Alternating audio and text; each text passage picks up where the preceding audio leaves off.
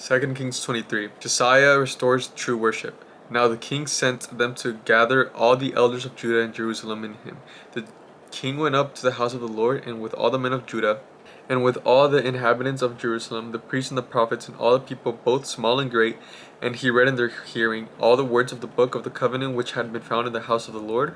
Then the king stood by a pillar and made a covenant before the Lord to follow the Lord and to keep his commandments and his testimonies and his statutes with all of his heart and his soul, to perform with the words of this covenant that were written in the book. And all of the people took a stand for the covenant, and the king commanded Hilkiah, the high priest, and the priests of the second order, and the doorkeepers to bring out the temple of the Lord and to all its articles that were made for Baal, for Asherah, and for the host of heaven, and he burned them outside Jerusalem in the fields of Kidron, and carried their ashes to Bethel, and then he removed the idolatrous priest whom the king of Judah had ordained to burn incense on the high places in the cities of Judah, and in the places all around Jerusalem, and in those who burn incense to Baal, to the sun, to the moon, and to the constellations, and to all of the hosts of heaven. And he brought out the wooden image, and from the house of the Lord to the brook Kidron outside Jerusalem, burned it at the brook Kidron, and ground into the ashes, and threw it in the ashes on the graves of the common people. Then he tore down the ritual booths of the perverted persons that were in the house of the Lord, and where the woman wove hangings for the wooden image. And he brought all the priests from the cities of Judah, and defiled the high places where the priests had burnt incense, and from Geba to Beersheba. And also he broke down the high places at the gates, which were at entrance of the gate of Joshua, of the governor of the city, which were to the left of the city gate. Nevertheless, the priests of the high places did not come up to the altar of the Lord in Jerusalem, and they ate unleavened bread among their brethren. And he defiled Topheth, which is in the valley of the son of Hinnomam, and that man might make his son or his daughter pass through the fire of Molech.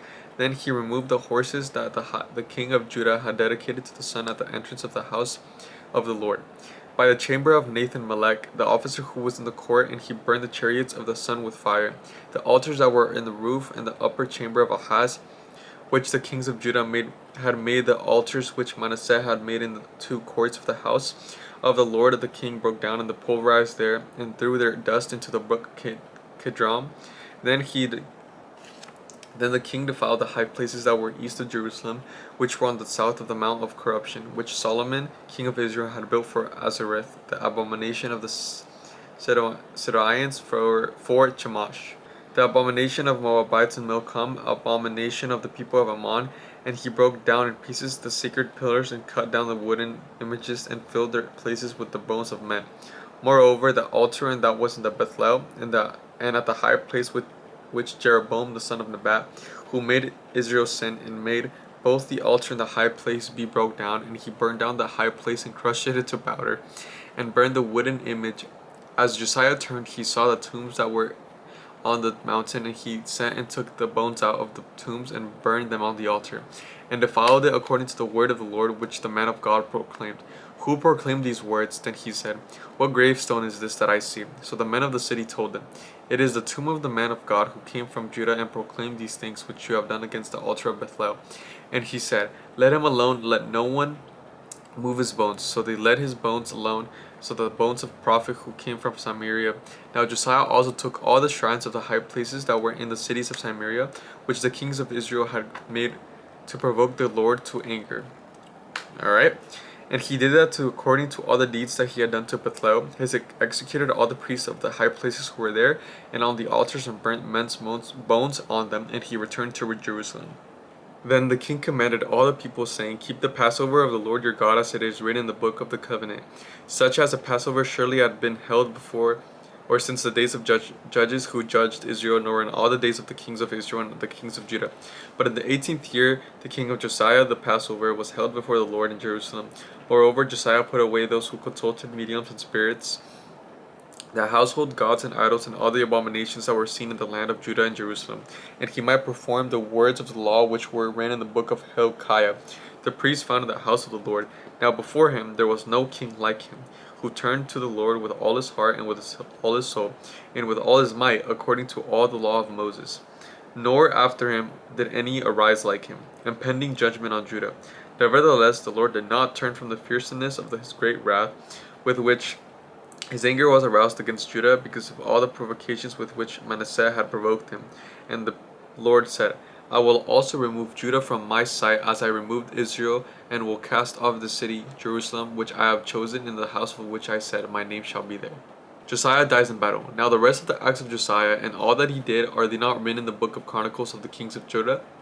In the days Pharaoh Necho, king of Egypt, went to aid of the king of Assyria to the river Euphrates, and King Josiah, and went up against and Pharaoh Necho and killed him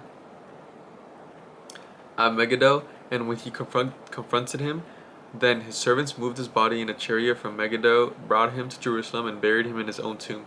And the people of the land took Jehoahaz, the son of Josiah, anointed him, and made him king in the father's place. The reign and captivity of Jehoahaz. Jehoahaz was 23 years old when he became king, and he reigned 3 months in Jerusalem. His mother's name was Hamutal, and the daughter of Jeremiah of Libnah. And he did evil in the sight of the Lord, according to all his father had done. Now Pharaoh Necho put him in prison at Riblah in the land of Hamath, that he might not reign in Jerusalem. And he imposed on the land a tribute of 100 talents of silver and talent of gold. Then Pharaoh Necho made Eliakim, the son of Josiah, king in place of his father Josiah, and he changed his name to Jehoiakim. And Pharaoh took Jehoahaz and went to Egypt, and he died there. Jehoiakim reigns in Judah. So Jehoiakim gave the silver and gold to Pharaoh, but he taxed the land to give money according to the command of Pharaoh. He executed the silver and gold from the people of the land, from every one according to his assessment, to give it to Pharaoh Necho. Jehoiakim was 25 years old when he became king, and he reigned 11 years in Jerusalem. His mother's name was Zebudah, and the daughter of Pedadiah of Rumah, and he did evil in the sight of the Lord, according to all that his father had done. Alright, to make it even, I'm going to read 24 and 25 tomorrow, and then I'm done with 2 Kings. So yeah, I'll catch you guys tomorrow.